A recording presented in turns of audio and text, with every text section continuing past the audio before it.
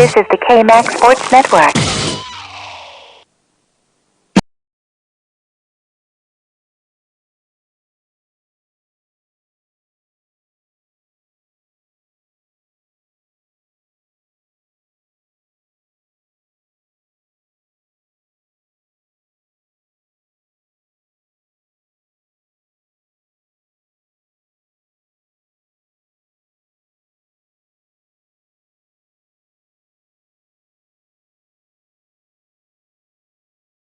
Come on down.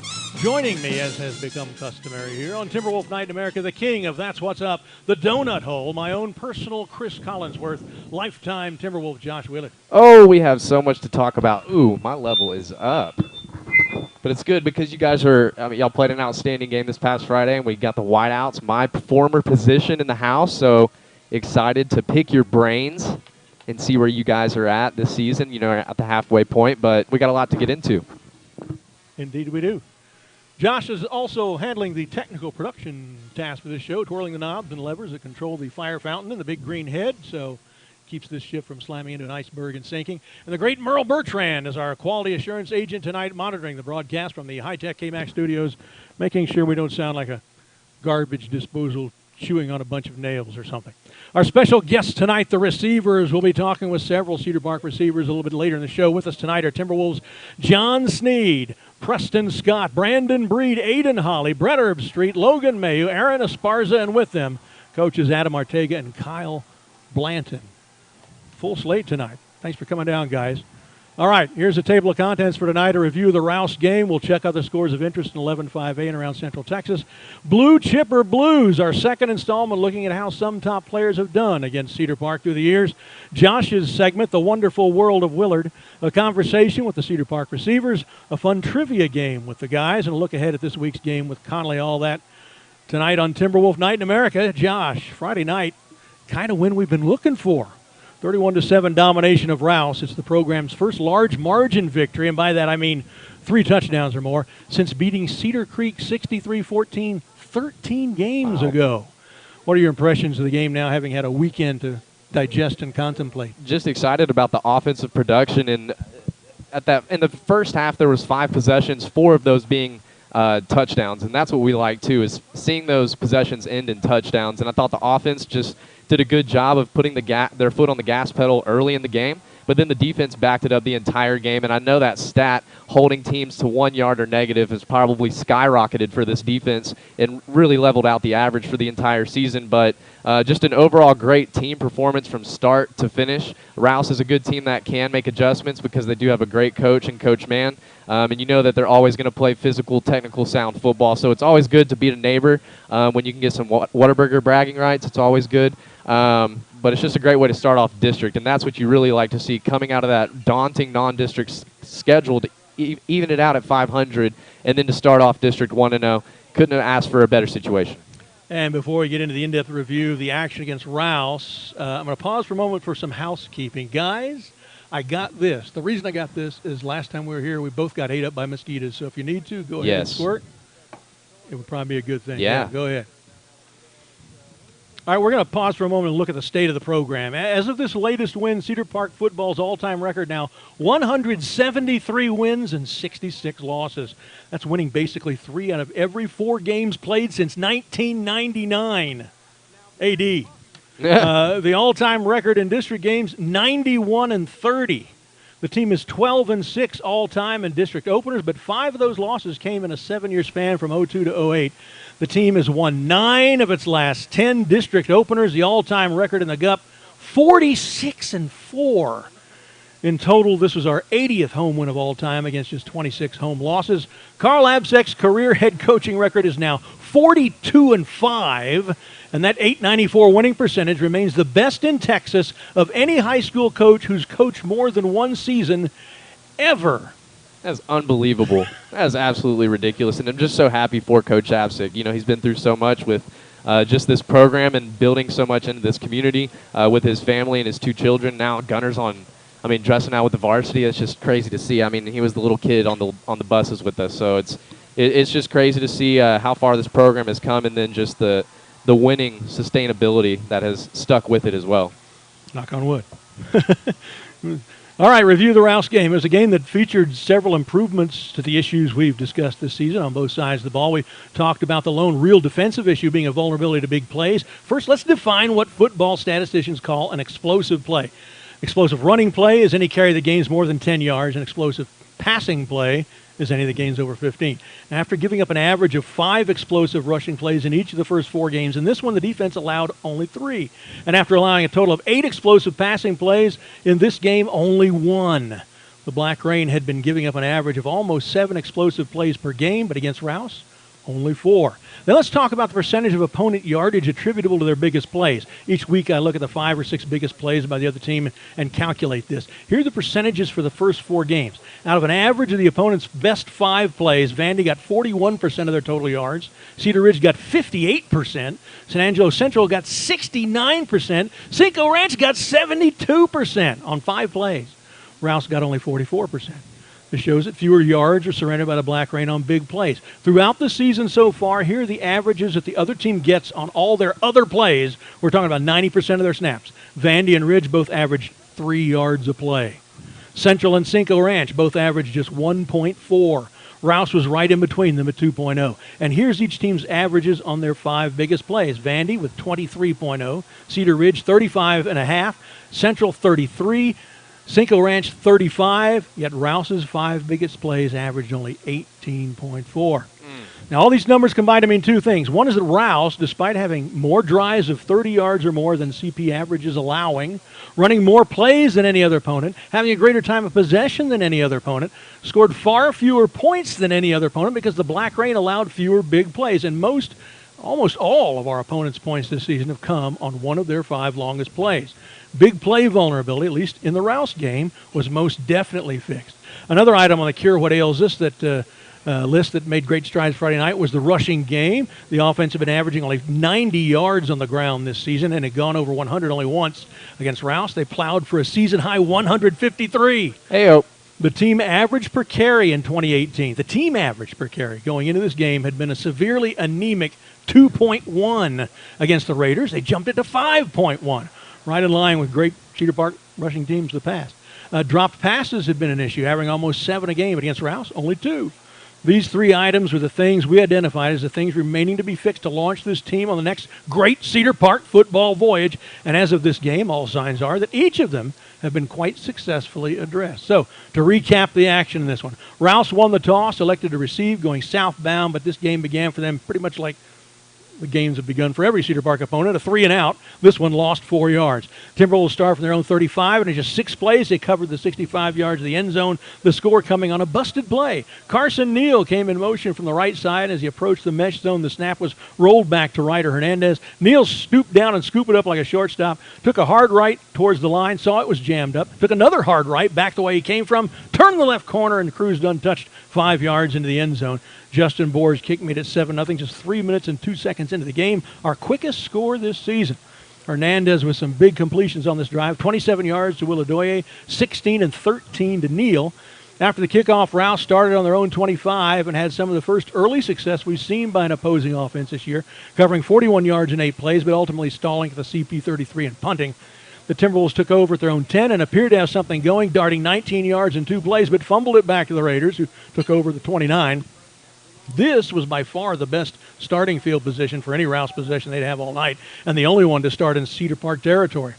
And somehow they made it count. After losing a yard in 3 plays, on 4th and 11 from the 29, quarterback Ethan Moore found Tavion Tate streaking to the end zone behind everybody and hit him in stride for the tying score with 4:49 left in the first. Moore had been 2 for 8 prior to this throw. It would account for 30% of Rouse's passing yardage for the game and would be their only explosive pass play. The Raiders would have only 3 other snaps on the night that occurred deeper in Timberwolf territory than the 29-yard line on this play. After the kickoff, Cedar Park took over their 32, and 9 plays later, they're in the end zone again, this time on a 21-yard scoring pass to Aiden Holly, who's joined us tonight.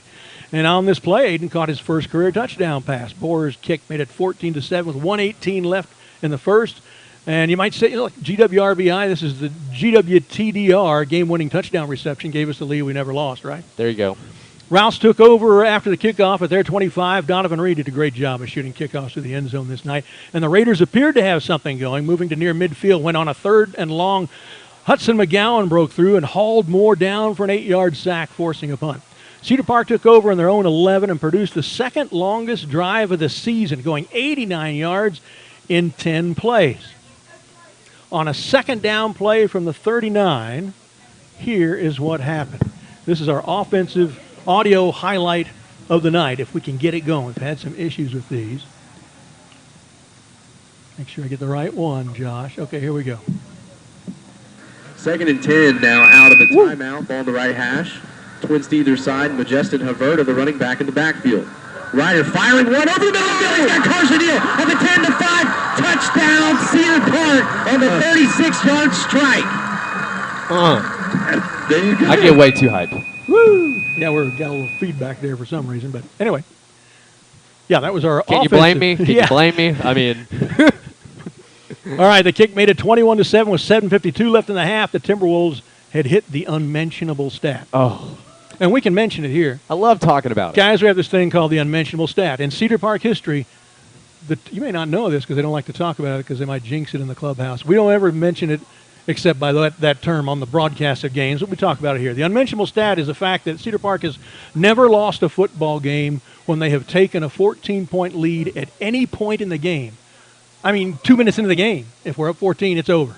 We do not lose when we go up by 14. So that's the unmentionable You can stat. only say unmentionable stat. Yeah, you can on only game call day. that the unmentionable stat on game. Don't screw it up. All right, the next Rouse possession was their longest of the night, starting from the 20 and going 55 yards in 11 plays. But a 43-yard field goal attempt was botched, and the 25-yard line would be the farthest the Raiders would penetrate on the night, aside from the first quarter touchdown pass.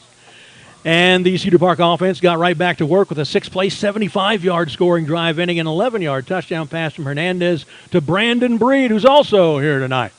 That was 54 seconds left in the half. Boer knocked through the kick, and it was 28-7 at the break. By halftime, Rouse's net ball movement of 152 yards was the best of any opponent in the first half this season, except for Cedar Ridge. But adjustments in the second half carved that efficiency way back, and they'd only get 72 more yards of offense the rest of the way. Not that the Timberwolves would do a lot better. Both teams doled it down in the second half, as Cedar Park would only get 113 more yards, most of that in the third quarter. Cedar Park took the ball to open the second half at midfield, promptly knifed their way to the 10 in 4 plays, but there the drive fizzled, going over on downs. Rouse ran 3 plays, lost 6 yards, and punted from their own 4, setting Cedar Park up for success just 40 yards away from pay dirt. But a pick on a deep ball in the first play by the Raiders' Everton Ruff, and his 27-yard return gave Rouse the ball at their own 38. The Raiders moved 30 yards to the CP 32 in 5 plays, but a third down play came up short. That brings us to our defensive audio highlight of the night. Let's see if we can get this one going. So big 4th and 4 for the Rouse Raiders. 6:13 to play in the third quarter, and the offense is on the field. Trips to the right, Mylon Mitchell, the running back in the backfield. Quarterback rolling to his right. Oh, just got absolutely blown up by sophomore linebacker Javian Mays. Oh my goodness. All right, so there you go, our defensive highlight of the night. So the Timberwolves had the ball again. This time they'd marched 53 yards in 10 plays before stalling at the Rouse 15, where Boer came on and blasted through a 32-yard field goal. Would have easily gone from 45 or maybe more. It was 31-7 with 2:23 left in the third. The rest of the game saw only 2 possessions for each team. None of them scored. Rouse totaled 48 yards, but it took 22 plays to get those yards. And the first possession went over on downs. The second ended in a punt. As for Cedar Park, they gained only 6 yards and punted, then took over for the final clock-draining possession and gained 14 before starting to take knees to end the game. With the victory, Cedar Park runs their all-time record over Rouse to 9-0. The 4th down touchdown pass by the Raiders in the first quarter were the only points Rouse has scored against the Black Rain since 2015. We were working on 2 straight shutouts. Cedar Park extends a district winning streak to 27 games, a home district winning streak to 22 games, and is now 17-2 all-time in homecoming games, 12-0 since losing to Pflugerville 38-27 in 2005. The only other homecoming loss was to McNeil in 2003, 24-7. Thoughts, Josh? I thought it was just a great performance, and just defensively, the pressure was there all night from the Black Rain. That front 7 was ridiculously just covering so much field, and Jackson Rogers and Hudson McGowan on the outside, they were doing a great job of setting the edge. And coming into the game, Rouse had a pretty good rushing attack. So for them to have virtually nothing on the ground and forcing quarterback Ethan Moore to throw when there was nothing really out there for him, because I thought the DBs did a good job too. Caden Combs was tested a couple times deep, and I thought he stood his ground and going step for step with their wideouts. And but then just offensively, just putting up points, going into the end zone, finishing drives, doing them efficiently, and it's really exciting too to see the wideouts getting some big plays. Because y'all are laying some great blocks out there, too. You're setting up some of these runs. I know the run game hasn't necessarily been there, but it's going to open up, and those runs are going to have to get sprung outside, and someone's going to have to make a key block. So I think everything's looking up going into district, and I thought it was an overall good performance getting Cedar Park back on track.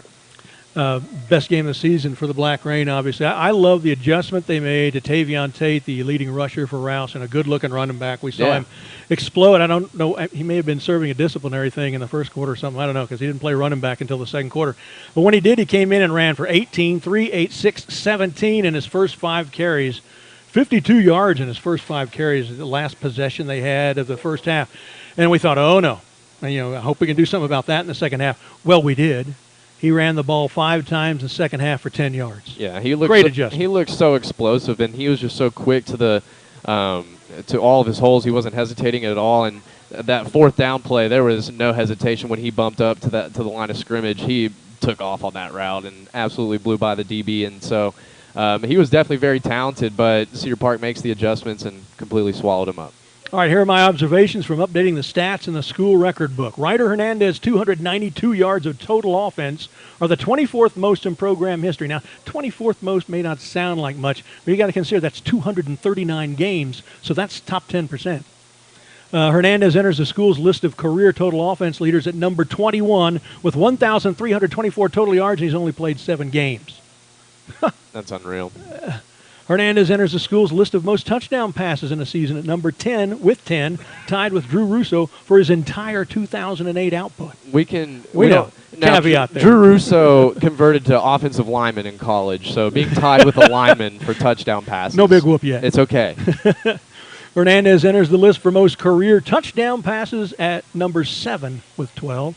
Hernandez, 289 passing yards against Rouse, is the 10th best ever at Cedar Park for one game. He now has 3 of the top 13 performances in this category in the last 3 games. He's rewriting passing records. Literally. Hernandez jumped from 16 to 11 on the list of most passing yards in a season. We're halfway through the season. Hernandez, 1,265 career passing yards, jumped him past Nathan Thornhill and Travis Watson from 13 to 11 on the career passing yards list. The guy's played 7 games. There's some big names for Cedar Park, too. With his performance against Rouse, Hernandez's figure for average passing yards per game in a season has moved him to the top of that list. 227 per game in 18. Sexton is now in second at 220 per game last year. He's going to have to keep up if he wants to hold on to that one. On his 36-yard touchdown catch, his Neil showed up. He needs to be here. About to brag on him. He missed the brag.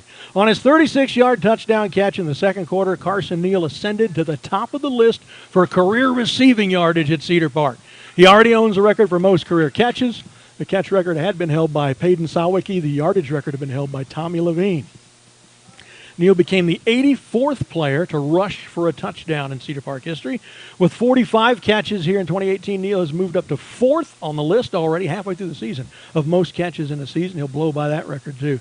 Neal's now 1 touchdown catch short of tying Tommy Levine's career record of 15. He's got 5+ games. It's going to be shattered to break it. Neal's also ascending the list for most touchdown catches in a season. He is now at 4th with 7. The record set by Tommy Levine in 2015 is 13, so a little farther to go to reach that one. With 717 receiving yards here in 2018, Neal is up to 4th on the list of most receiving yards in a season. The record is 1171, set by Tommy Levine in 2015. With 34 career receptions, Brandon Breed, who's here tonight, has tied Nathan Harwell for 17th on the list of most career receptions. Ooh. With 593 career yards, Breed has now jumped to number 15 on the list of career receiving yards. I remember the guy he just passed, Chris Shedler, with 590 yards in 99 and 2000. I remember when he became our first ever career receiving yardage record holder. And not just Breed, but 14 other guys have passed him now. Oh, yeah, and Breed, he's already done it just halfway through the season. Breed's tied Bill Estevanot for 7th on the list of most career touchdown catches with 8. He'll climb that ladder as the season goes, too. Aiden Holly becomes the 71st player to catch a touchdown pass at Cedar Park. The Rouse game was the 96th time, think of this, 96th time in program history the offense rumbled for 400 total yards or more. They got 442. Out of how many games? 200? 239. 239. So 10 out of every 24. That's 5 awesome. out of every 12. The 89-yard touchdown drive in the second quarter was the second longest of the year. The 343 yards of total offense in the first half was the 13th most ever in a half for Cedar Park, and that's 478 halves played. That was the 13th best. They put it on him in that first half, though. The team's 289 passing yards against Rouse is the 10th most in one game at Cedar Park. Previous game, Cinco Ranch was the 12th most, and the game before that, Central, the 8th most, and the game before that, Cedar Ridge, the 3rd most. No other Cedar Park team throughout time has ever come close to putting back-to-back games all in the top 12 passing performances in program history. Of course, this means that the 4 straight game total of 1,329 passing yards is far and away the most Cedar Park passing yards ever in one 4-game stretch. The 1,484 team passing yards in 2018 surpasses in just 5 games what the 2007 team did in 10 games, what the 2002 team did in 10 games, what the 09 team did in 11 games, what the 08 team did in 11, and what the 2010 team did in 14 games. That kills me. That kills Josh. I just want to put the pads on one more time. Wants to catch a pass. Just want to snag one. The team is now at, weirdly enough, exactly 2,000 yards of offense on the season. Considering the slow start, this is not much off schedule for 5 games in. Here are the total offense numbers after 5 games for all of our most recent super teams, the ones since 2010. Last year, 2,097. Year before, 2,084. Less than 100 yards behind those 2 yardage-gobbling teams. 2015, a state titleist, 2,376. In 14, they went to the state championship game. Has beat those guys. They're at 1798. In 13, 2,094. The 12 team, a state championship team, only 1,430, 600 yards ahead of them. In 2011, 2,021. Josh's team, 2010, 2,384. Notice that the other team that started 0-2, the 2012 state champs, had the fewest yards at this point in the season by far than any of these other teams. In fact, both the teams with the 2 lowest figures in this comparison made it to the state championship game. As long as you have more points than the other team, that's all that matters. And this team, they match up so well. Defense can make a big difference. Yes. At the 68 total yards allowed, Rouse in the second half is the 38th fewest ever allowed in a half, again, out of 478 halves played. The 97 passing yards allowed, Rouse are the 30th fewest out of the 239 games Cedar Park has played. Now, looking at our 31-7 score in this game, when scoring in the 30s, the program is 49-5. If our point total is in the 30s, 49-5. And when allowing only single digits, like the 7 we allowed, program 69-1. We lost a game 7-3 once. That was the only time we lost, giving up single digits. Ironically, although the program has more losses in September, 22, than any other month, September is the best month for district winning percentage, with the team now 19-5 in district games played in September. What do you think of them apples? There's a lot of records that you have to go through every single game, Brad. And Props to you for doing it. No, I mean, it's just cool that you do have all this at your fingertips, and just to run through all the great programs or great teams that have come through this program. And it's been so many different stories. We've had state championship teams, and they've all gotten their different ways. And so it's just cool to compare things, because everything can be completely different. But this team right now, setting records, and Neil just pulled up, and I mean, you're killing it on the passing records right now and receiving records. So it's just cool to watch these guys perform and really open up the playbook with the offense being able to go 5 wide. We never did that. That's terrible. Well, I wish we would have done that. Just the luck of the draw. I know. This offense was yardage gobbling and point scoring back then. They just did it a different way. They ran the 4 wide out spread thing, but they did that to run, to open up the defense, spread it to run, instead of to pass. All right, we're going to take a short break. When we return, our second installment of Blue Chipper Blues. Back in a flash with more of this kind of stuff. Timberwolf Night in America. Head to Majori's for food, drinks, and fun. They have specials almost every night, from $4 burgers to $1 off on pastas to $7 Mexican night. And on Mondays, kids eat free. Bring the whole crew and have a great time at Majori's. They're a favorite hangout of a lot of Cedar Park football people, from fans to Booster Club folks to players to coaches. Great appetizers, pasta dishes, seafood, fresh green salads, burgers, pizza, sandwiches, buffalo wings, baby back ribs, stromboli, and more. Food, drinks, and fun at Majori's. Check them out at magstexas.com. Experience the difference at Toyota of Cedar Park, one of the Austin area's newest automobile dealerships. Their new vehicle department will always stock the newest Toyota models you need. The pre-owned vehicles they choose must each pass a rigorous inspection and be in tip-top shape before they make it to their lot or website for you to see. And if you're looking for budget-friendly Toyota certified used vehicles, they've got you covered, and you can rest easy knowing that the best new cars make the best used cars. That's Toyota of Cedar Park at toyotaofcedarpark.com. CallFire, texting and calling solutions that help you reach more customers. CallFire's automated text broadcast tool allows anyone to promote their events instantly to cell phones anywhere. Their voice broadcast application gives diverse types of businesses an equal chance to get their message out fast by phone. And their interactive voice response system has helped political organizations to phone survey thousands of potential voters at the click of a mouse button, while CVS Pharmacy uses the product to obtain customer feedback after purchasing products. CallFire, narrowing the technology gap between giant enterprises and the little guy with a big idea every single day. That's CallFire at callfire.com. This is the KMAX Sports Network. All right,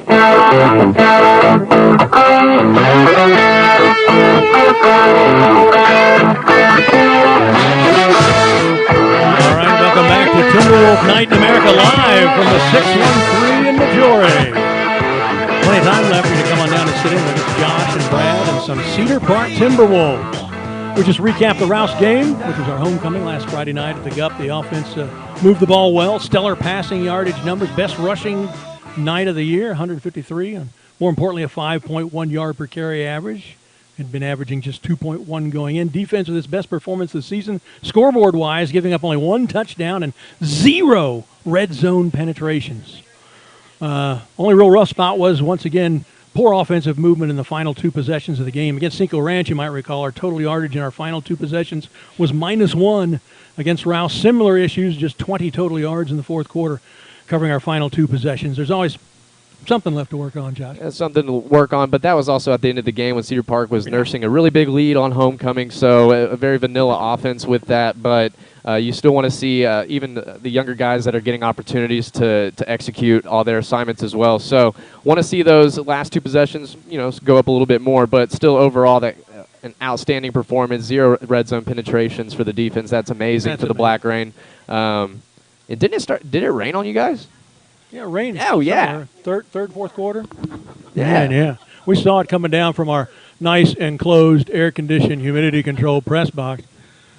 Oh, it's raining out there, isn't it? Oh, those poor guys. I used to love to play in the rain, in the mud. We got to play on grass a lot in my day and got to play in the mud. It was lovely. You couldn't tell which team was which. Everybody was dark brown. All right, we'd like to tell you about some guests coming up on various broadcasts at halftime of the Georgetown game next week at the GUP. One of the top women's basketball players in the history of Cedar Park High School, now our marketing contact for a major sponsor, Toyota of Cedar Park. After tearing up the hardwood for the Lady Timberwolves, she went to play collegiately the first 2 years at Concordia, right up the road, then for 2 more at the University of Texas, Dallas, where in her senior year they made the Sweet 16. I'm talking about a class of 11 confrere of Josh's, Madison Hess, Maddie Hess, to those that know her well. Maddie will be joined on the broadcast by the boss herself, Julie Herrera, the dealer principal for Toyota of Cedar Park. You've seen her on all the television commercials. In the booth during halftime against Georgetown Friday night, October 12th, Columbus Day.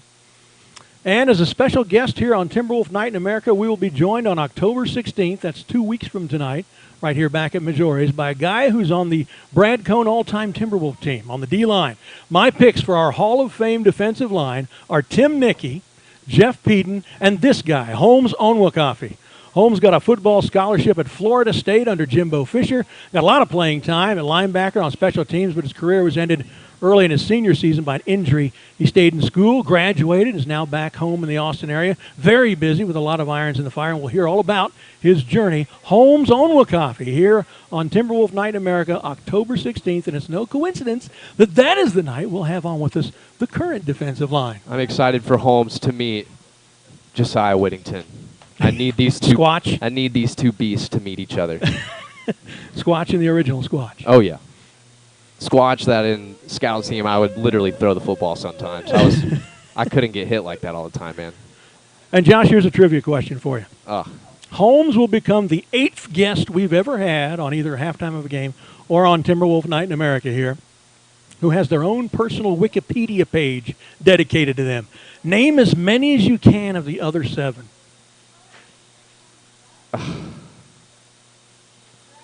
Oh my gosh! Gotta play the any- Jeopardy music. So like any guess, or we're talking about players? Yeah, any guests we've had either on this show or at halftime of a broadcast. Well, Spencer's got one. Spencer's one of them. Spencer Durango. There are 6 others. Miles Cheatham. Miles has a Wikipedia page. If he does, I missed it. Oh. Yeah.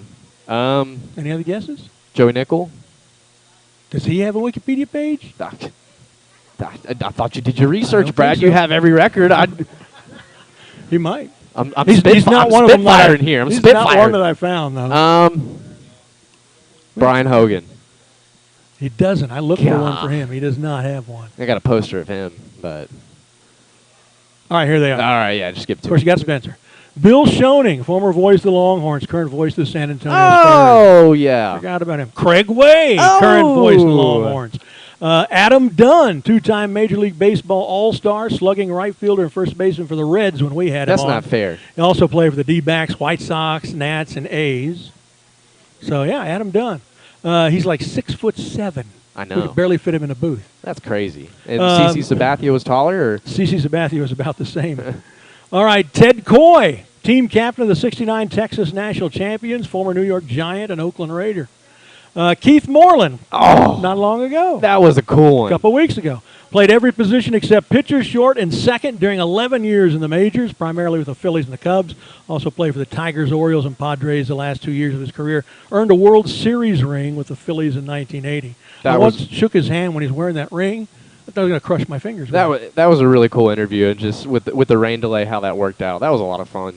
And Quentin Smith, Cedar Park's all-time leading rusher, 4,777 yards and 57 touchdowns. Second leading all-time rusher at Rice, the Q. And, of course, you mentioned Spencer. Yeah, look at Quentin's 4,777 rushing yards. It was in the equivalent of a season and a half of playing time. Yeah, that was Can you ridiculous. imagine that? Football is a much different game. Yeah. 4,777 rushing yards and what amounted to about 16 games We were playing still time. running the wing? No, we ran the I. Oh, that's right. He was the tailback in the I. Pitched to him, left, right, up the middle. All right, and Spencer, you got the other one. All right. Now it's time for Blue Chipper Blues. As if we weren't already aware that we got to follow a pretty good football program, this segment will sample what so many stud recruits have done when they face Cedar Park. And we've seen a lot of the very best. The synopses we'll present here on BCB include descriptions of the efforts of players who were at the time we played them among the top national recruits at wideout, running back, and quarterback. Now, it's not that we don't think that all the numbers these players run up against their other opponents, all the press accolades, all the recruiter attention, all the amazing highlight footage is unjustified or untrue or anything like that. It's just that most of the time when we see these players go up against the Timberwolves, we don't really see very much.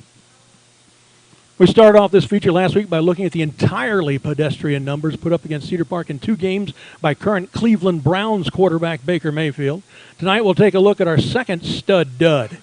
At the time he played Cedar Park, this fellow was the #1 ranked national running back recruit.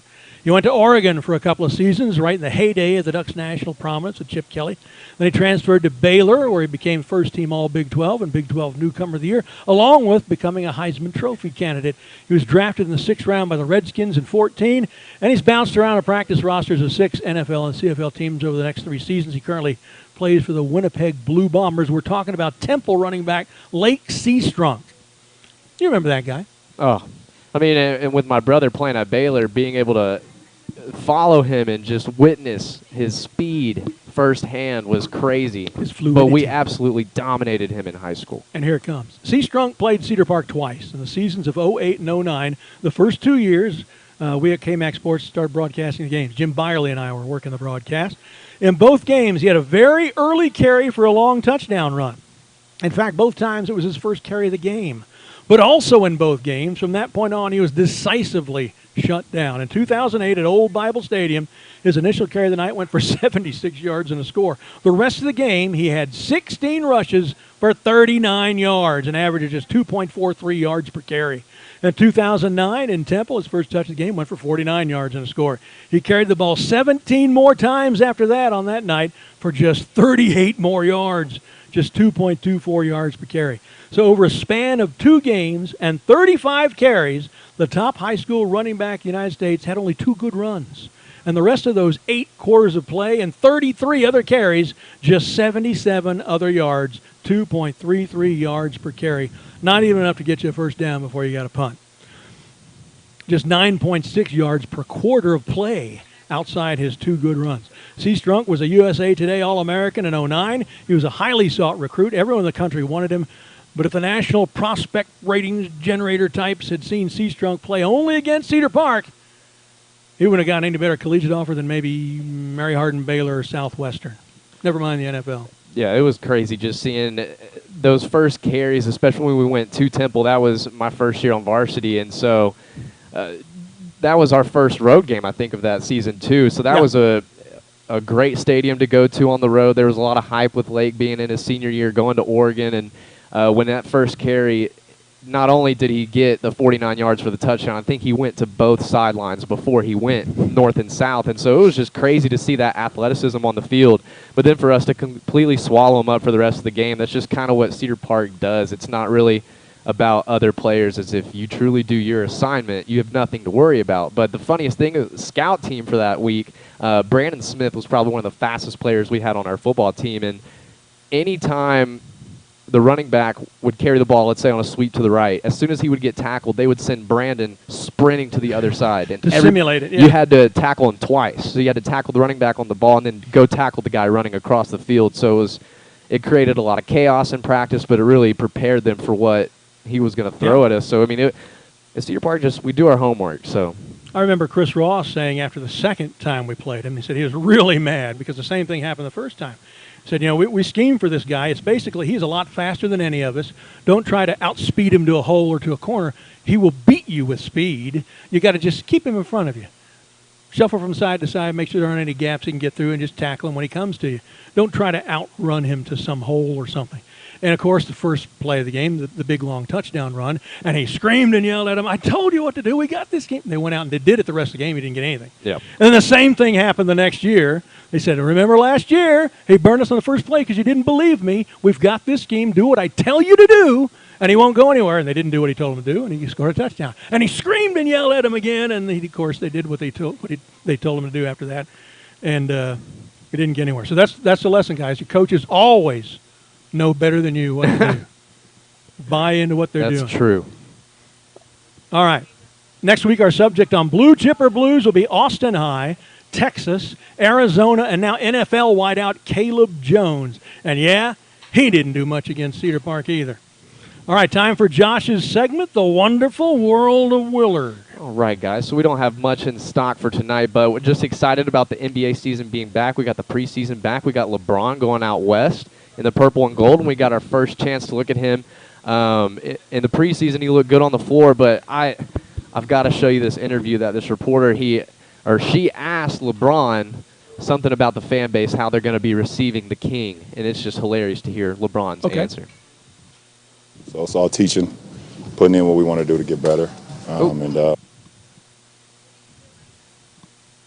Got the wrong one? Yes, it is, of course. Okay, we'll get to it in just a second. And we're sorry, guys, that you can't hear this. We've got the speaker here where you can hear our voices, but we haven't got it hooked up where you can hear all the other sounds we have, the bumper music, the commercials, and all the stuff, and like this interview, but it'll go on the broadcast. But the interview, basically, the reporter is asking how are you going to earn the respect and the loyalty of the Laker fans? And she literally just looks at this reporter and laughs and says, like, I signed a 4-year deal. And and I'm the king. Like, I don't really have to do anything to earn their respect. And I think that's so true that LeBron literally has nothing to prove to this Laker fan base, even though they have they need to earn his respect. Exactly. They have a history of greatness, but if you look at Jack Nicholson, if you look post Kobe, they really haven't done much. But leading into also Tristan Thompson absolutely calling out the entire Eastern Conference with the most ridiculous interview. And you got this one. I do have. We're still 4-time Eastern Conference champions. So until you take us down from that, teams ain't got much to say. Boston, Philly, they ain't got much to say. Boston had home court game 7, lost. Philly, you guys almost got swept. Toronto, we really know that story. So until someone takes us down, not much they can. So Tristan Thompson just pretty much saying we're 4-time defending Eastern Conference champions. We're still the team to beat, but you don't have. Thank you, Shelby. I got a burger to go. That's what I'm talking about, Pookie. But Tristan, that wasn't the waitress, by the way. That wasn't the waitress. Yes, that's right. That's my wonderful, talented girlfriend. You can go follow her on Instagram at Queen of Shears.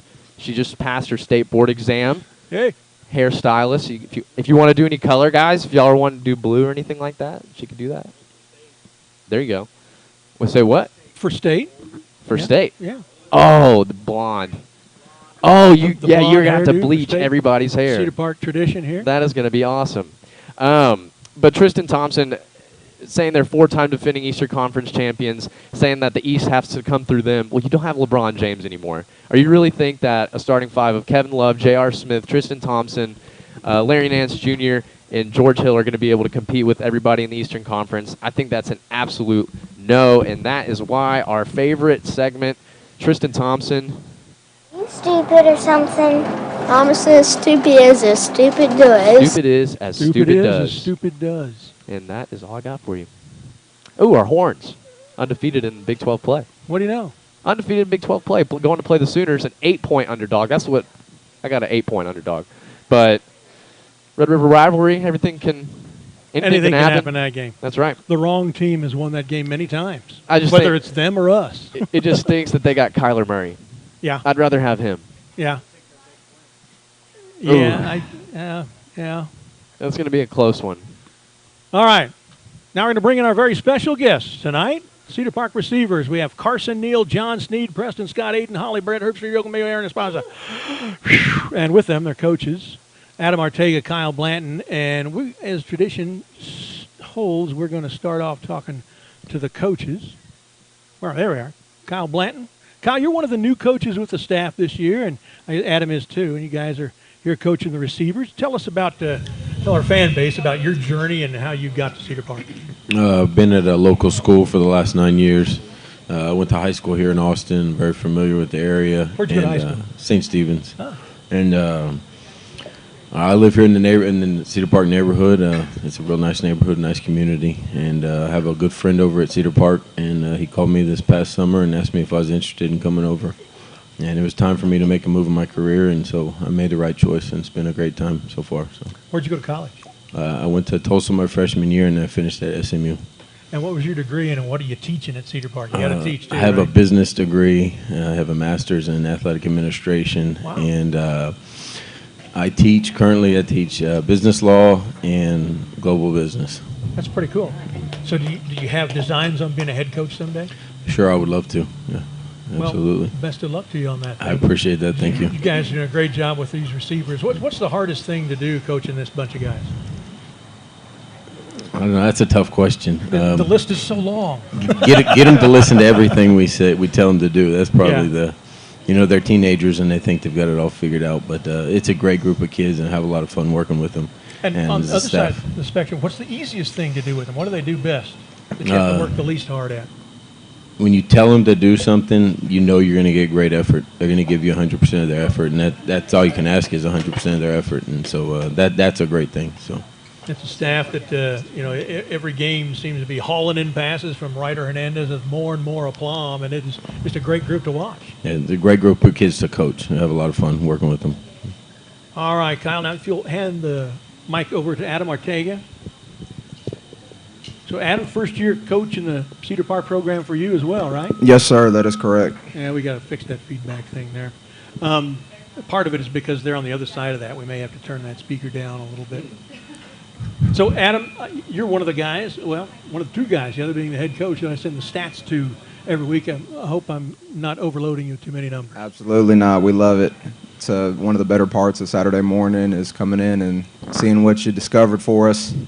Tell our fan base, like Kyle just did, how your journey got you to Cedar Park. Where did it start and how did you get here? I'm actually a graduate of Leander ISD High School. I graduated from Vista Ridge. Oh, no kidding. I'm sorry. What year?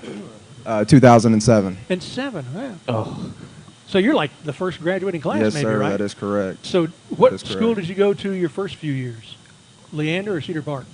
Vista Ridge. It was. They we opened up. we opened it. You were the opening class. Yes, sir. It That is opened correct. that early? Wow, I didn't know it opened that early.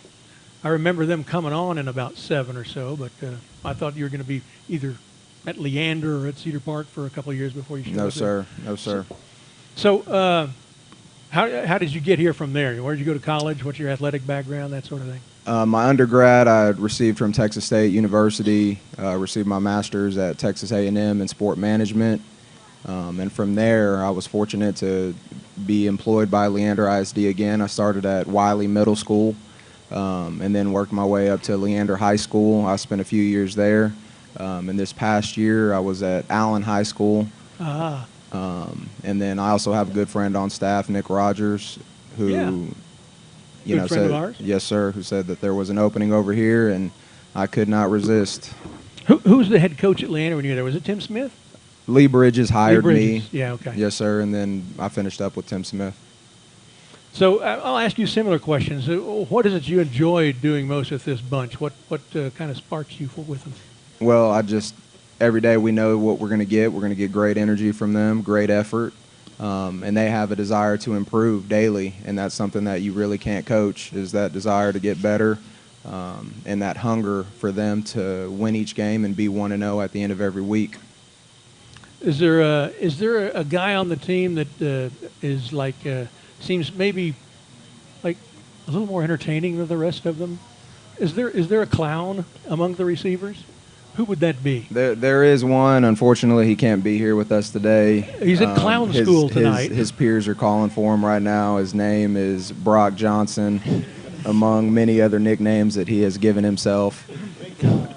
Brock, if you're listening, love you, man. Wish you were here. Should have been here. We would have given you an open mic for a few minutes. Everybody gets it. All right, thanks. Adam Ortega, one of our two coaches, along with Kyle Blanton of this receiving corps. If you'll go ahead and pass the mic on, and you snuck in without me getting your name. Is that Will? Yes, sir. Will Udoye is going to go first. Will, hey, how are you doing? I'm well. How are you? Great. Good. Hey, you caught 2 big passes the other night. 47, 36 yards, something like that. Both of them important yardage gobbling plays. What's it like to be playing in a stadium as nice and big as the Gup, and there's a video screen you can get up and look at when you've made your catch, and you got thousands of people screaming and the band playing, your team's clapping. What's it like to make a catch in that environment? I never did it. It feels great, really, to just see that your whole community is out screaming for you, yelling your name, and it just feels good to have your teammates patting you on the back and for your coaches to scream your name saying you made a great play for your team. So now, it's all in all great. I was going to say, it might not look like it, but I was a wideout too. And so I know that you're a little bit taller than me. So when there's a 50-50 ball going up, because it seems like all the passes that you're getting are down the sideline, when you're trying to extend or stretch the defense deep, what goes through your mind when the ball's up in the air? I got to go get it. I mean, I'm 6'4" versus a 5'5", 5'6" person. So it's just Coach, whenever it's in the air, the ball's mine. That's what I'm talking about. I think. It's kind of like this, right? That's awesome. All right, Will, here's Will's numbers. He is the second leading receiver yardage-wise in the team right now. 15 catches, 257 yards, 17.1 yards a catch, 51.4 yards per game. He's got a touchdown, 51 on 4 catches against Vandy, 53 on 3 against Cedar Ridge, 66 and a touchdown on 5 catches against San Angelo Central, a catch for 12 yards against Ranch, and 2 for 75 big yards last week against Rouse. Will Udoye. Will, how is CJ doing? CJ's doing well. He graduated from A&M this past year, and he's working at a law firm now. He's getting ready to go to law school. So, Wow, yeah. that's terrific. That's great Yes, to sir. hear. That's Will Udoye. And Will, if you'll go ahead and pass the mic down there. Yes, sir. to Aaron Esparza, number 84 in your program. Yes, sir. Aaron's numbers, a catch for 6 yards, and it happened against Cedar Ridge. But, Aaron, we've called your name a few times. We've seen you blocking. Catching the ball is not the only thing a Cedar Park receiver has to do to get playing time, right? Yes, sir. Blocking's very important because, if we don't block, our receivers get decked. And, in the past years, that's how people get injured. So it's really important for us just to go out there and make a great block and get some few yards for the inside receivers. Well, I know for sure then you get a lot of opportunities to go at those DBs in practice. So call out a DB right now in practice. Who do you got? Case and Wiesenhutter. Oh, there we go. I wonder if he's listening. Wonder if he's listening. Oh, that's what I'm talking about. All right. Normally we give each guy a 3 or 4 minutes to talk. We got so many guys here tonight. We're probably going to have to cut it a little bit short. But still, first, Aaron, I want to ask you. You're a senior, right? Yes, sir. So what do you got going on after high school? I'm going to run some track in college, and I'm going to major in astronomy. What's your event in track? The 400 and the 4x4. Please tell them your 400 time.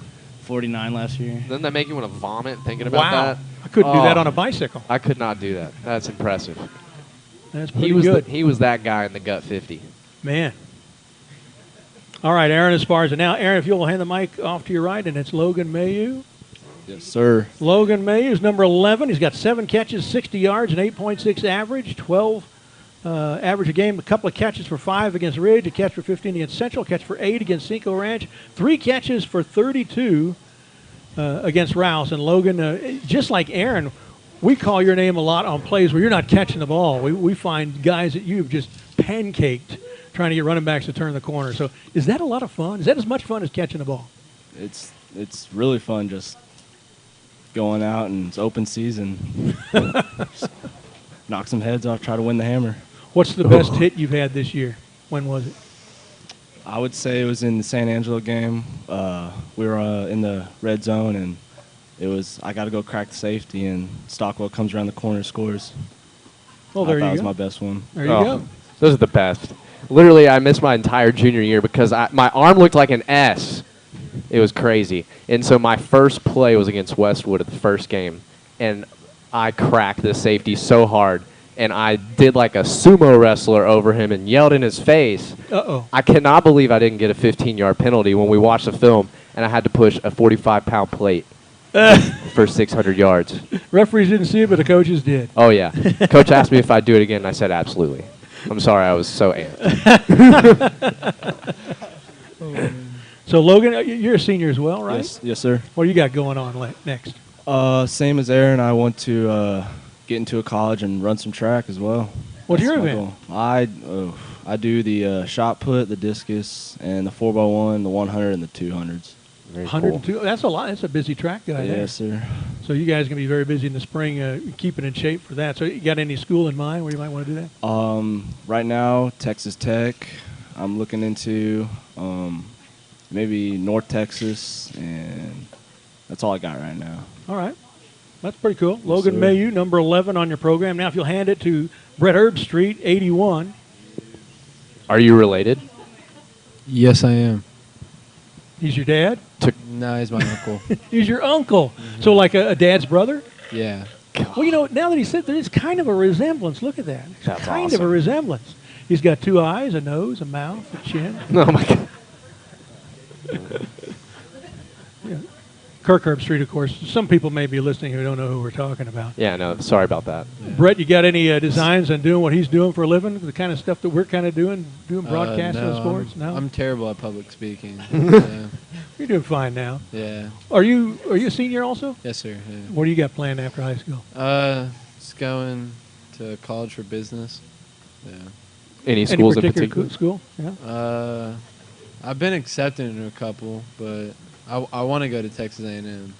Yeah.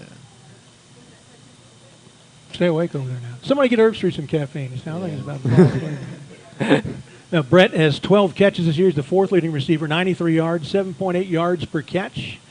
A catch for 6 against Vandy, 2 for 20 against Ridge, 6 for 54 against Central, 3 for 13 against Ranch. Didn't throw to him against Rouse, but a nice season picking up for Herbstreet as well. Everybody seems to be getting more catches as it goes on and spread the ball around, get a few more yards. And so, Brett, you're tight end, correct? Yes, sir. And so, do you like to run block? Oh, yeah, it's my favorite. Get down there with them trench dogs? Mhm. Oh, yeah. Do you consider yourself a trench dog? Oh, yes. More than a receiver now. Ooh. So is it kind of weird when you line up split from the line a little bit? You feel I don't lonely? really do that anymore. Oh, Yeah. really? Huh?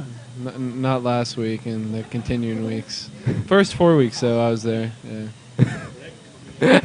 All right, Brett Herbstreit, number 81 in your program. Now, if you'll hand it over to Aiden Holly, number 14, who just got in the zone. And Aiden started playing a lot. good one, with too. Cinco That was like a Ranch. dove. You could have shot that one out of the sky. He had 2 catches, his first 2 catches of the season against Cinco Ranch for 22 yards, and he had 2 for 38 and a touch just this last week against Rouse. Yes, sir. First touchdown? Yes, sir. How did that feel? Oh, I'm not gonna lie. First thing I did was look up at that big screen and watch the replay. Best investment LI. That was so cool. Long overdue. You know, we were supposed to have that. When they built the GUP for the 2010 season, they told us, well, you know, school district budget's going bienniums, 2-year blocks. This is 10 and 11, So we ran out of money in the stadium procurements for both Bible and GUP for 10 and 11 to do the video scoreboard, so it's going into the next biennium. So we're supposed to get it in 12. Ooh. 6 years later, we finally get it. So And it's beautiful, though. It is nice. Oh, yeah, it's nice. This should be our 6th year with it, though. I know. Oh, well. All right, Aiden, you're a wide out. You're not a tight end, right? Yes, sir. I'm an inside receiver. What do you do? Some special teams as well? Yes, sir. I I'm on all special teams besides onside.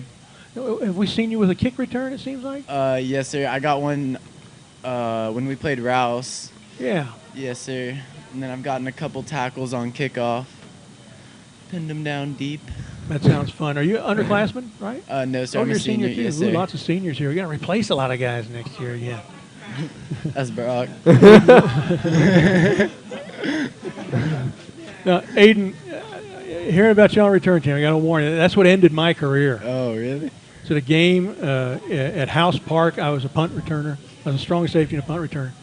And so I'm back, and here comes the kick. I'm kind of looking at the kick and looking at the people coming, and Oh, I'm yeah. going to have plenty of time. They're not coming down too quick, so I'm getting ready.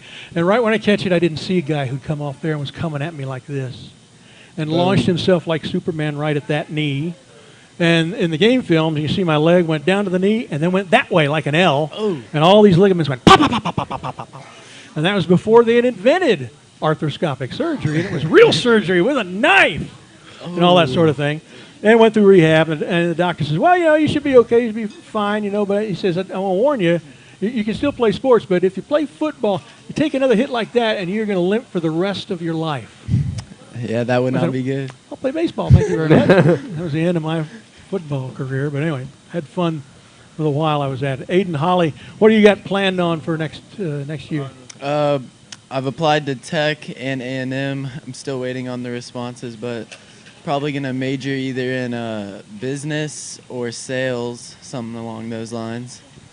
All right, out to the plains of Lubbock. Yes, sir. Aiden Holly's one of our receivers, number 14 in your program. Now, Aiden, if you'll hand it to Preston Scott, who is number 83. Preston, are you a senior as well? No, sir. I'm a sophomore. A sophomore. Here we go. We got a guy, some guy we can keep. Someone that's going to be around. Throw him some passes. We got to get some time there.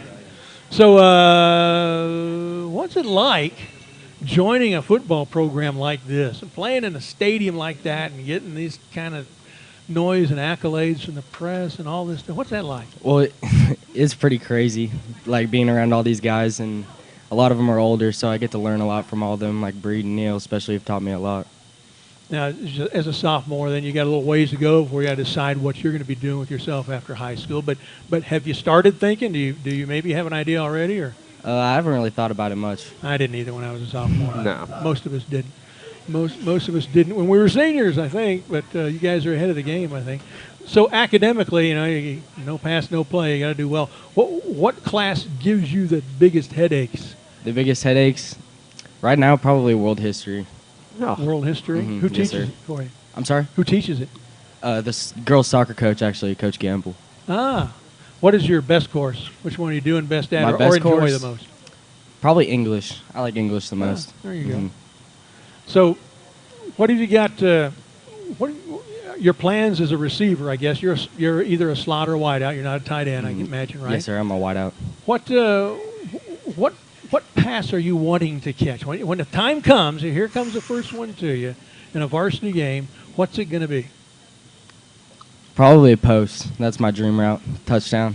Post for a touchdown. We'll keep our eye on that. Preston Scott, post, touchdown. Lead them and get them. You got anybody you want to say hi to, a girlfriend or a grandma or something like that? I'll say hi to my mom. She's listening. Mom's listening. Hey, Mom. Hey, Mom.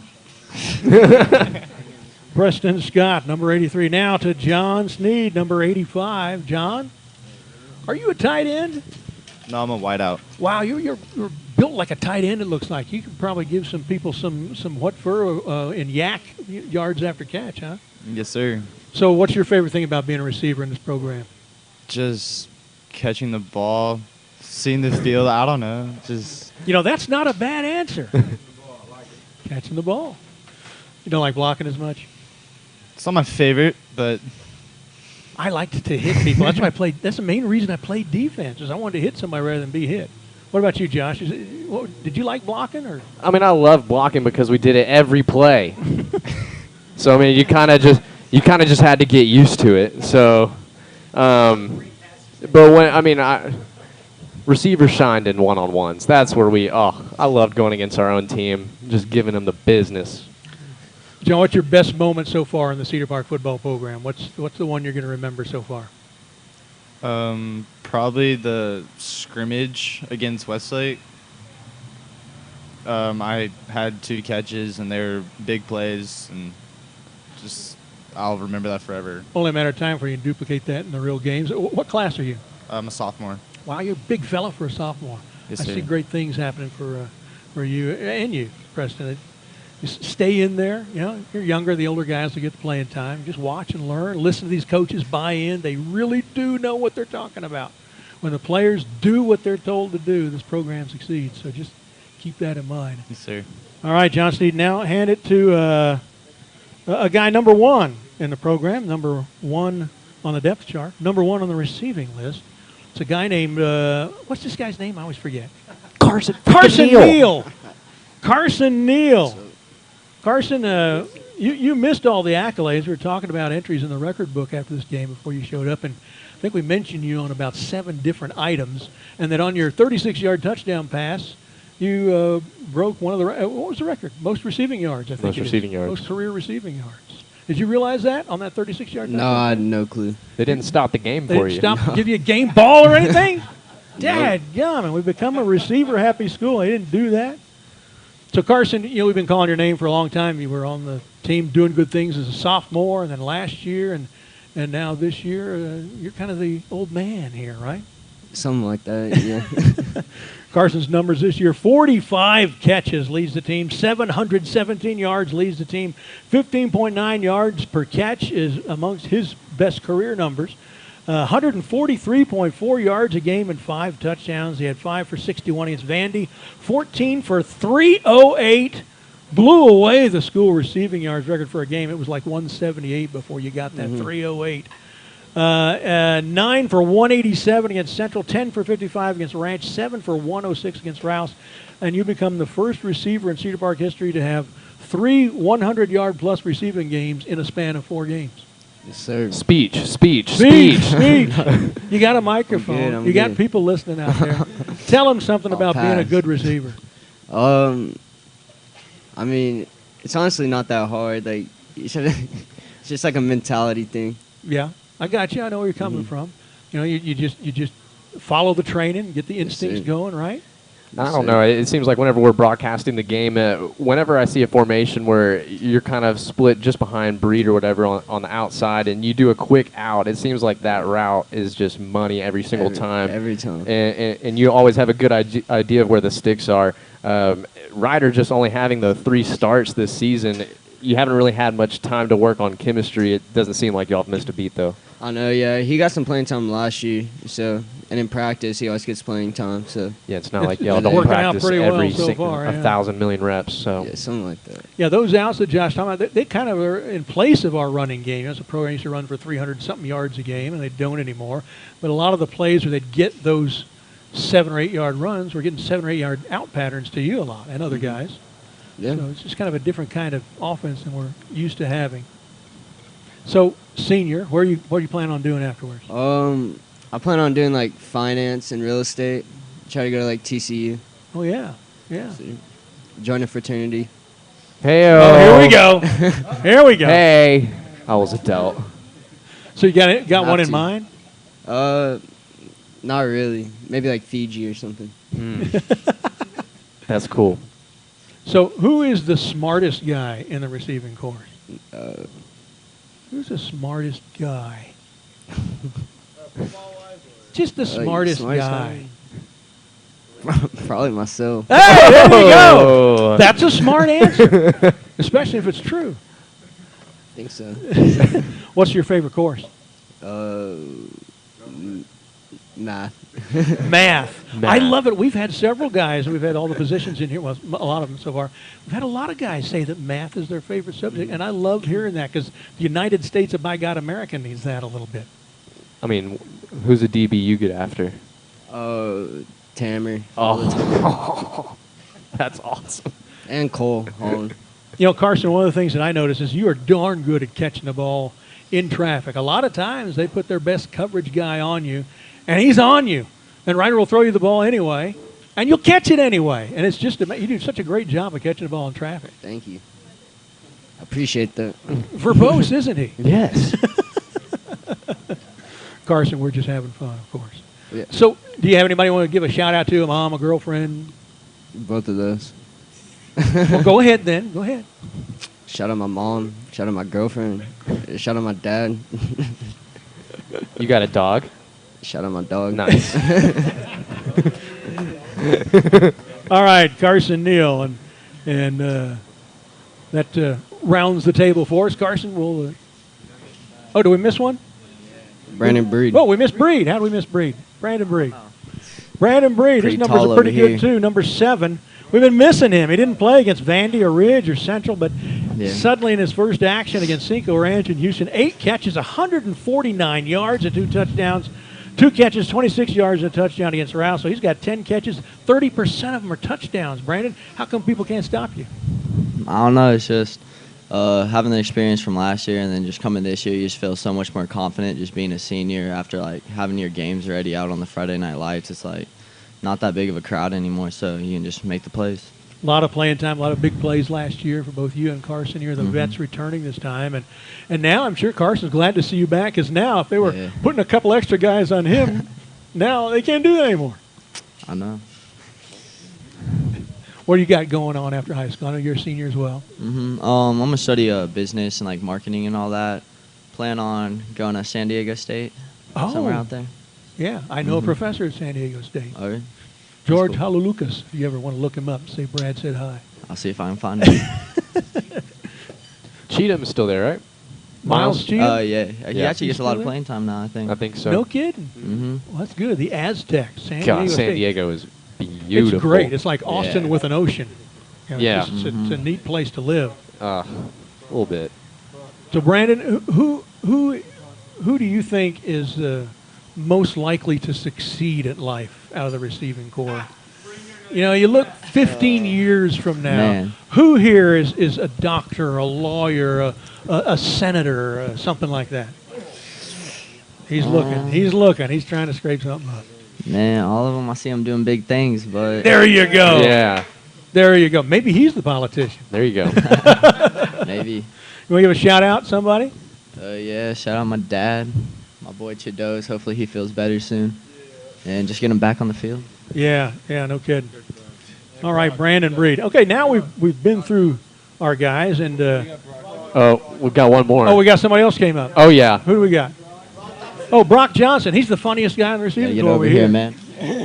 So, Brock, we're giving you an open mic and an audience, so you got to be funny now. He's not funny, he says. It's over here. Somebody's putting him on the spot earlier, I guess. So, Brock, what class are you? I'm a freshman. Oh. No, I'm just kidding. I'm a junior. Well, that was terrific. He is funny. Starting off well. We should have had our rim shot queued up. That's right. So, Brock, what do you got planned? Are you thinking about what you're going to do afterwards yet, or is it too early? I'm thinking about playing baseball in college. Baseball? Do you play baseball at Cedar Park too? Yes, sir. What position? DH. DH? What do you play in the field? Anything? I just hit tanks. Just want to hit the ball. Just want to hit the ball. Hit tanks. Shout out my boy Brett Herbstreit, my mentor on the field. H-back gang. Josh?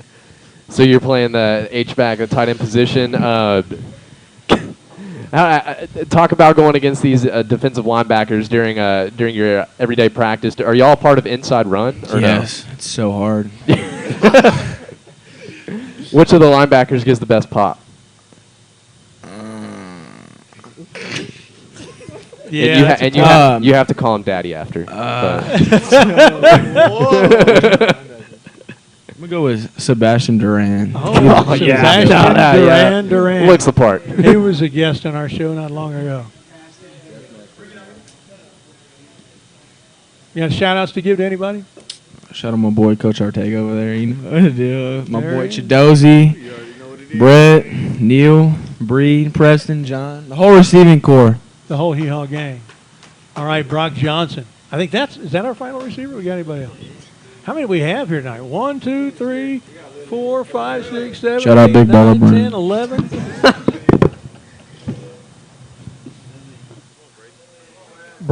Braden Lilly. I hope I remember all these names when I sign off. If I forget one or two or four, please forgive me. Braden Lilly. Hey, what class are you, Braden? 2020. 2020. Sir. God, you do the math. That means he was born in what, 02? 01. 01. I realized that after last year, unless we got somebody who, their dad held them back in second grade to be bigger for football or something, we don't have anybody left in the school who was born in the 1900s. Everybody's younger than the building. Yeah. Building was born in 98. I remember thinking the building still seemed brand new. So, Braden, what's your favorite thing about being a receiver here at Cedar Park? Catching balls. Well, yeah. What's your least favorite thing? Picking up the ones you didn't catch. Yeah. What do you like the most and hate the most about practice every day? Definitely waking up at 4 a.m. Is that like the most or hate the most? Definitely hate it the most. What I like the most? Being back out wide for sure. I don't have to do inside run.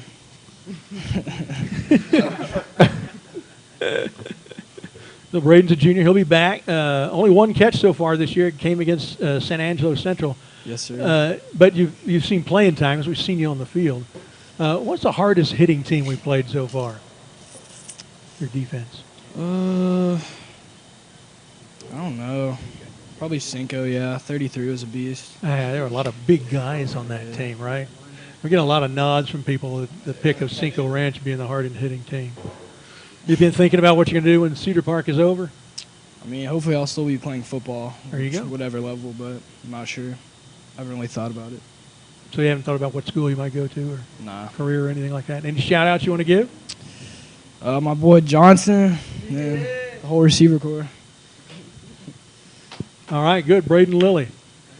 All right, now, is there anybody else that I've missed? I think that's it. The person at that table back over there? No, okay.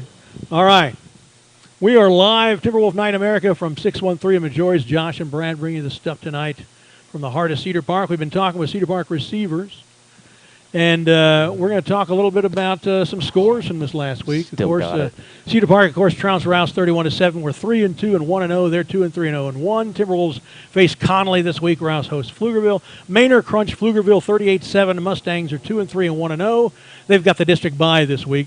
Panthers are 2-3 and 0-1, traveling to Rouse this week. Hutto obliterated Connolly 78-14. Hippos 4-0 and 1-0. They travel to Georgetown this week in a huge game. Cougars are 1-4 and 1. They've got Cedar Park at the Field Friday night. Hippos are number 6 in the Texas football poll, number 11 in the AP. Georgetown got obliterated by Stephenville 48-8. Eagles 3-1, and they kick up. We get some claps here. Kick off their district slate by hosting Hutto this week.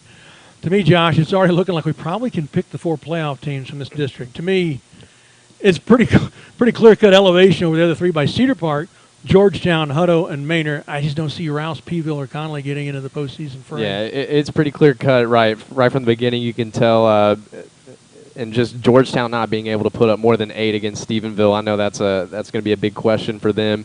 But then Hutto putting up 78, take that with a grain of salt. I don't know if they've played a good defense. I don't know if they've been tested. I know they played Liberty Hill really close earlier this year. So Hutto picked to finish first in this district. We'll see how everything shapes up. But we do know those 4 teams. We know who they're probably going to be, but how they finish, who knows? All right, now our favorite segment of the show. We're going to play one of our trivia games with the guys. We're going to play perhaps our toughest game, but heck, we got some of our tougher players here tonight. This is called Geoparty. We're going to split up into 2 teams. One's going to be captained by Coach Ortega and the other by Coach Kyle Blanton. So, Kyle, why don't you stay here, and Adam, why don't you kind of go over here, and we'll just kind of divide it in half. 1, 2, 3, 4, 5, 6, 7, 8. Oh, okay, let's do it that way. Inside receiver. Who's got inside? Is it Adam? Adam's got the inside receivers. Outside receivers for Coach Blanton. Okay, so if you're an outside receiver, kind of move to this half of the area. If you're an inside, go to that half. And we'll start with Coach Ortega first. And here's what we're going to do. I think everything's good. All right, each team's going to take turns trying to provide a factual response to my supplying them the name of a place in Texas. Your response is going to be an attempt to tell us how that place got its name. You know, like maybe McCartney, Texas is named after Paul McCartney, whatever it is, that sort of thing. You get a point for every right answer. At the end of about 7 rounds, we'll see if we got a winner. So let me get my sheet of paper up here. All right, names of towns in the South, and especially in Texas, can be fascinating, and especially when you put the local high school's team name after them, like the Schulenburg Shorthorns. Always like that one. Or the Dumas Ding Dong Daddies. I love some of these. Now, there are some weird town names in other states, such as Hell, Michigan, Slapout, Alabama, Joe, Montana, of course, Lizard Lick, North Carolina. You've been there. Hey. Toad Suck, Arkansas. These are real place names. Bucksnort, Tennessee. I've got a mug from Bucksnort, Tennessee. There's Chicken, Alaska, Peculiar, Missouri, Embarrass, Minnesota, Monkey's Eyebrow, Kentucky, and Idiotville, Oregon. I think I dated a girl from there one time. Idiotville, Oregon, yeah. Now, here in Texas, we got town names for just about every occasion. You need to be cheered up. There's Happy, Pep, Smiley, Paradise, Rainbow, Sweet Home, Loving, Comfort, Jolly, Friendship, Harmony, Blessing. You love the sun. There's Sun City, Sunrise, Sunset, Sundown, Sunrays, Sunny Side. You want something to eat? There's bacon, noodle, oatmeal, turkey, trout, catfish, Sugarland, salty rice, and you can wash it all down with Sweetwater, Texas. You need some socks? There's Argyle, Texas. Why travel to other states? Texas has all of these. Atlanta, Detroit, Denver City, Klondike, Nevada, Memphis, Miami, Boston, Santa Fe, Reno, Pittsburgh, Little New York, Chicago, San Diego, and Los Angeles, Texas. You feel like traveling outside the country? Don't bother buying a plane ticket because we've got Athens, China, Egypt, Ireland, Turkey, India, Babylon, Tokyo, Sweden, Scotland, Cuba, Italy, London, New London, Paris, and Moscow. And no need to travel to Washington, D.C. to see it. We've got White House, Texas. We even have a city named after our planet, Earth, Texas. And a few cities named after our state, Texas City, Lone Star. For the kids, there's Kermit, Elmo, Nemo, Tarzan, Winnie, and Sylvester.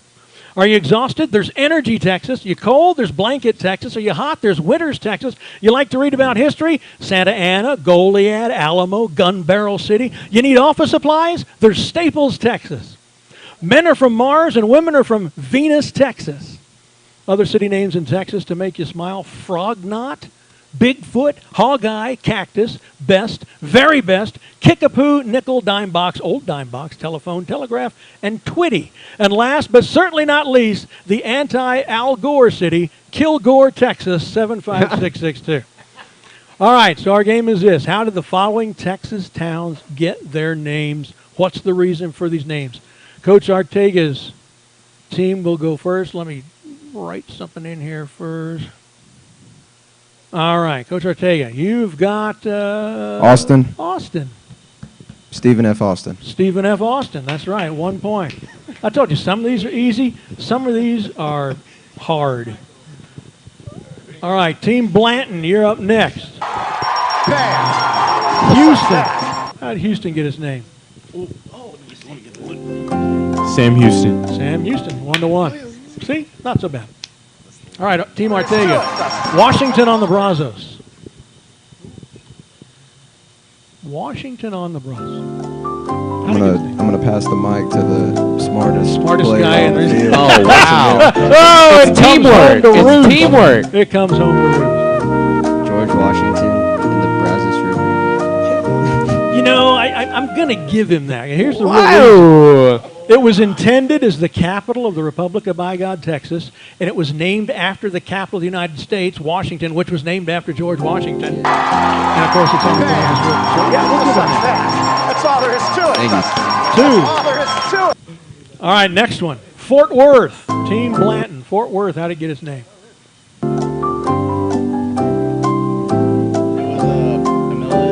I'm stuttering, sorry. Y'all want to say it? I believe there was a military base named Fort Worth.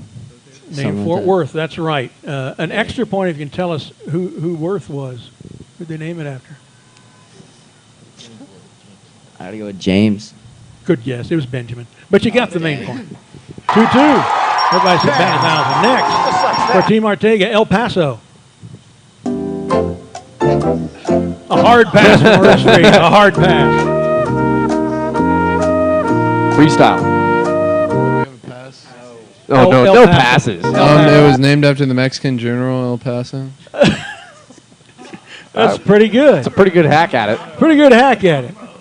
No, I missed the point on that one. El Paso was originally El Paso del Norte, or the Pass of the North, for the pass carved through the Franklin Mountains in this location by the Rio Grande. Okay, so we're going now to the next inning, the bottom of the third for Team Blanton. Amarillo. Amarillo. Yellow. Yes, it is the word yellow in Spanish. Amarillo. Yeah. That's all there is The to it. yellowish Spanish tint, if you didn't know that. yellowish tint of all the prairie grass in that area. That's what it is. So Team Blanton takes the lead after 3 complete innings, 3-2. Next, someplace we've been lately, Katy. Katy, Texas. How did it get its name? It was the governor of Texas's daughter's name. I love it. Keep giving him the mic. That's great. Who says this other guy is the funniest guy on the Herb Street makes a great, valiant guess at it. Yeah, you know, Katie Ferguson or something like that, right? Give Neil the mic. No, here it is. It's a railroad that passed through there. It's the one that's right along I-10. We would cross it to go from I-10 to the stadium. As a matter of fact, it's been there for over 100 years. And it was the Kansas-Texas line. The nickname of it was the initials K and T, Katy. The Katy line. And that became K-A-T-Y, Katy, Texas. All right. Going to the bottom of the fourth. I tell you, these can get a little harder as we go on. How about Corpus Christi for Team Blanton? Corpus Christi. It's something that has to do with Christ, the body of Christ. Body of Christ, that's right. That's what Corpus Christi means, the body of Christ. Just like that. They Right lead back, 4-2 through right 4 innings. So now we go to the 5th inning for Team Ortega. All right. They're going to start getting really hard. Here's Balmorhea. How did Balmorhea get its name? I'm going to give you 3 points if you get this one. It's so hard. Balmorhea is B-A-L-M-O-R-H-E-A. First time I ever read that name, not being a native Texan, I thought it was Balmorhea. I thought it was some sort of lower tract disorder, you know. Bad case of Balmorhea. Balmorhea. Aiden Holly. Aiden Holly is going to take a stab at it. Herb Street made I don't 2 even know great where that stabs. is. You got to beat Herb Street. All right, Carson Neal's going to take a stab. What do you got? 5 seconds. There's a lot of horses. Balmorhea. A lot of. Here's the answer. It's named in honor of the town founders Balcom, Morrow, and Rhea. Close. Taking the 3 letters Next from guess. each name. I told you. So I was going to give you points. You just had to somehow know that to get that one right. All right. This one's not real easy either for for Team Blanton. All right, here we go. Tomball. Tomball. We played them in baseball in the playoffs last year. Tomball, that's their name? Tomball, Texas, near Houston. How'd they get their name? Their governor, Tom, threw a lot of... Threw he the played first ball out. And he threw balls. He threw I love the parties. creativity. It's actually literally named after a guy named Tom Ball. All right, here we go. So it's still 4-2 after 5. We go to the 6th. Team Ortega. And let's see, we're going to go with Burnett. We played there recently, too. How did Burnett, Texas, get its name? Anybody with a guess? Anybody take Texas history? You should know this if you've taken Texas history. Governor Burnett. Man, that is close. Mr. I can't Burnett. quite give it to you. It is really close. It is a political leader of Texas. Mr. Burnett. But it wasn't. But it wasn't a governor. He was the second president of the Republic of Texas, David G. Burnett. All right, here we go. This is. I'm telling you, this is tough. Here we go. Cedar Park. How did that village get its name? Cedar Park. It's named after all the cedar trees. There's a bunch of cedar. So it's just a park of cedar trees. It's just a whole bunch of cedar. Kinda. Come on, Rudy, give it to me, dog. I'm looking at better detail, though. You got that. Hey, there's a lot of cedar. That's all. There is a lot of cedar. I sneeze all the time. All right, here it is. In the mid-1880s, a railroad stop was built on the line running from Austin to Llano. That's the line that hauled all the granite in to build the state capitol. At this railroad stop, an enterprising individual planted cedar trees, built a walkway through them, and established a concession stand. This park of cedar trees was located in the area near the community pool of what is present-day subdivision of Blockhouse Creek. You can actually walk that park. That was the original Cedar Park that our community is named after. Okay, so we're through 6. Here is the 7th inning. It is 4-2. All right, here we go. Johnson City. Ooh, keep it PG. Johnson City, keep it PG. Johnson. You know, I'm going to go ahead and give you that because you're behind. It's really named for his whole family. It was already called Johnson City when Lyndon was born there, but it's named for its founders, which is that family. I don't think this. Never mind. All right, last one. Cut and Shoot, Texas. Cut and Shoot, Texas. What? So by A&M somewhere. It's near Dime Box. Would you rather have Dime Box or Cut and Shoot? Something with raking horses. Breaking horses. It's named after a small boy's remark during a community confrontation that almost led to violence in 1912. I'm going to cut around the corner and shoot through the bushes. And somebody picked up on that and said, let's name this place Cut and Shoot. Yeah, what he said. Yeah, man. You should have tried Dime Box. Hey, I'll give you a point if you guessed Dime Box. What about Dime Box? It's right near Cut and Shoot. What, they had a box that people in the town, they'd go and place dimes to like help fund something. Well, you give it to him. It says outside a general store, customers would leave a dime in a wooden box to pay for private Give me transportation that, or baby. postage to nearby Giddings, or it could be placed in the regular mail service. Good job. All right, team. Yeah, we'll give them one y'all too. lost. We'll give them one too. Give an extra one too. Here it is. Round Rock. Oh, yeah, you got this. There's a round rock. You're right. Circular That's structure, it. limestone and Brushy Creek there right near I-35. It marked a low water crossing in the Chisholm Trail. Cattle I've been to there. Kansas, yeah. All right, so there we go. Team Blanton beats Team Ortega 5-4.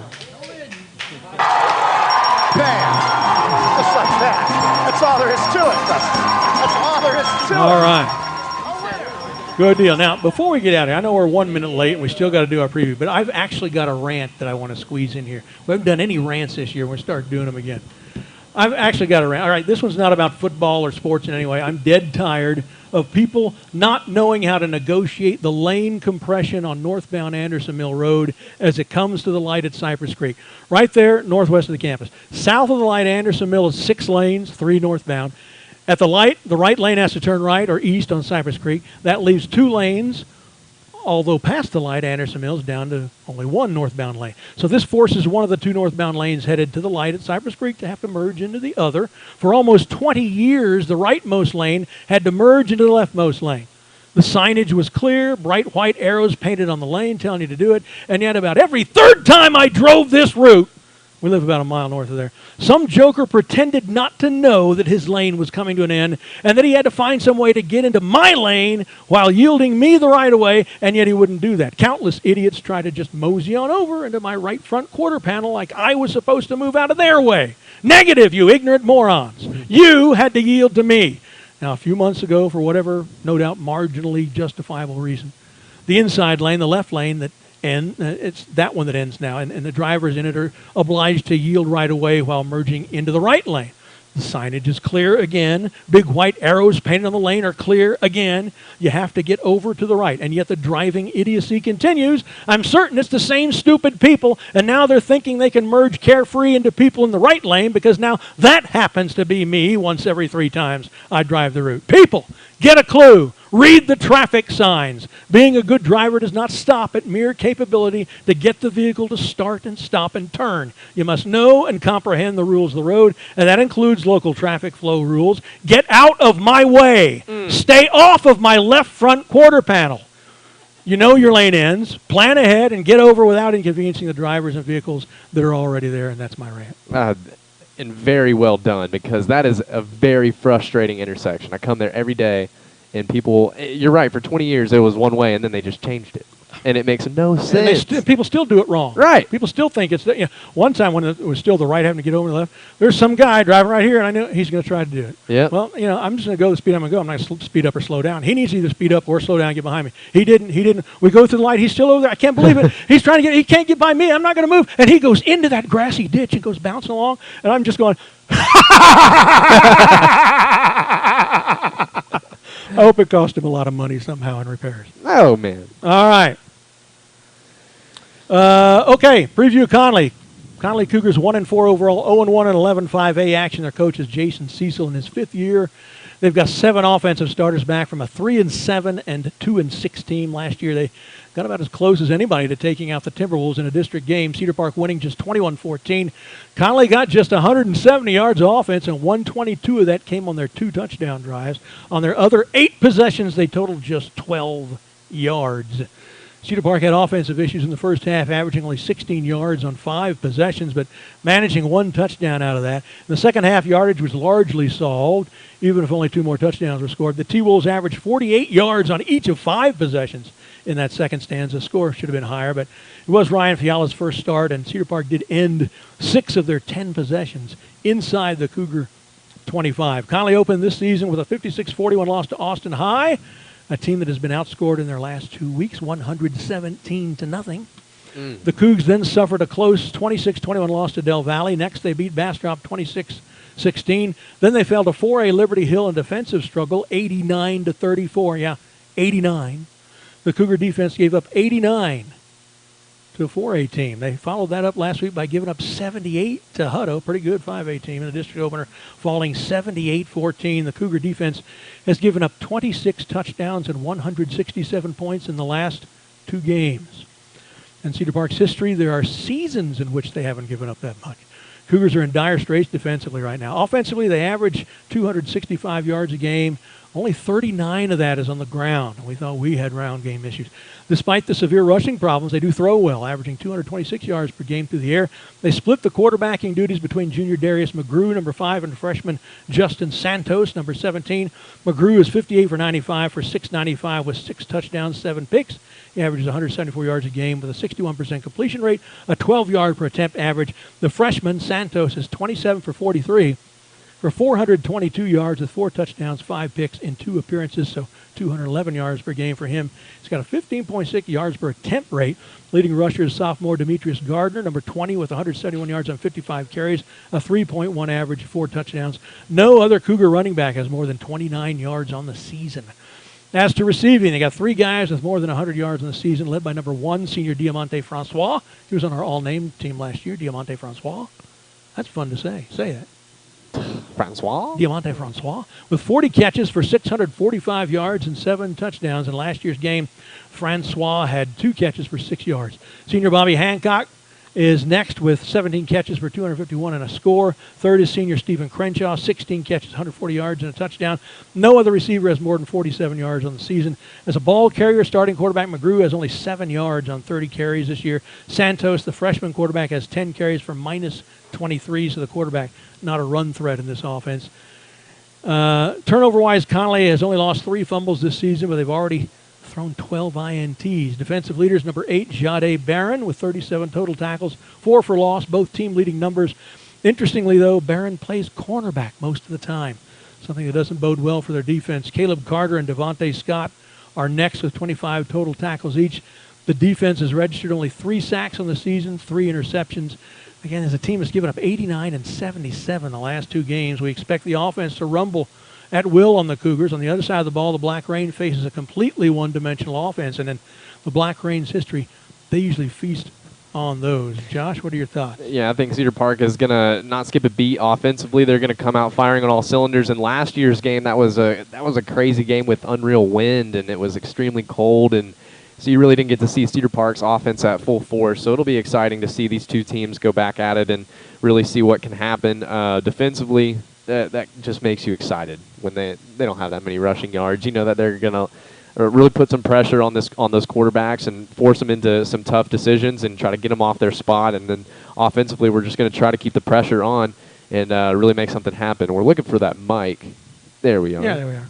I'd like to ask the coaches, Kyle Blanton, from a receiving point of view of our receiving core, what are they going to have to watch out for? What does the pass defense, the coverage look like, and what does it do well? They have some really good athletes back there. They do a good job. They got great speed, great athleticism. So we just got to do a great job. We got to run great routes and catch the ball when we get our opportunity. So they're going to be really tough. All right, we're going to give a final word to Will Udoye. Will, anything final to say before we close out of here? Speaking for the receiving core. I feel like we're going to go out and play hard and play great and play together, and I know that the outcome's going to be in our favor. So. All right, thanks, Will. Josh, anything to say before we get out? Make sure to make plans to come out to the game. If you can't, tune into the broadcast, kmacsports.com. Our pregame goes on at 6:30, so make sure you tune in. We'll make sure we get you prepared, but it's going to be a good game. It's going to be a slobber knocker. And I'm just excited to get out there and really see what the Timberwolves can do and keep this district race going strong. Yeah, me too. It's going to be a fun night at the Field in Paflugerville, the Connolly Cougars. All right, that's it for tonight from Majores. We'll be back next week, next Tuesday night at 7:30 Central Time from Moutons. Joining us will be the quarterbacks. That'll be a lot of fun. I'd like to thank our guests tonight. I'm going to leave out some names, I'm sure. Cedar Park receivers, there's Carson Neal, John Sneed, Preston Scott, Brandon Breed, Aiden Holly, Brett Street, Logan Mayu, Aaron Esparza, Will Udoya, and along with coaches Adam Ortega, Kyle Blanton. I'm sorry if I missed a name. This year's sponsors, Family Emergency Room, U.S. Money Reserve, Danny's Barbershop, Coal Fire, Mouton Southern Bistro, Majores, really hard tonight. Toyota of Cedar Park, Jeff Beats Allstate, The Grass Patch, Owlsers Barbecue, Parker Electric, SRK Financial Group, Army Ant Moving, Bush's Chicken, Rudy's Barbecue, and the law office of Travis Williamson. My great thanks to my broadcast partner for Timberwolf football these last 7 years, for all the work he does, Josh Willard, and to our QA tonight, Merle Bertrand. See you Friday night in Pflugerville at the Field. KMAX Sports Live worldwide broadcast of Game 6, Game 2 of the 11-5A race, and the Timberwolves face off against the Connolly Cougars. Timberwolf Night in America is a presentation of KMAX Sports and the Vype Network. Hunt 'em.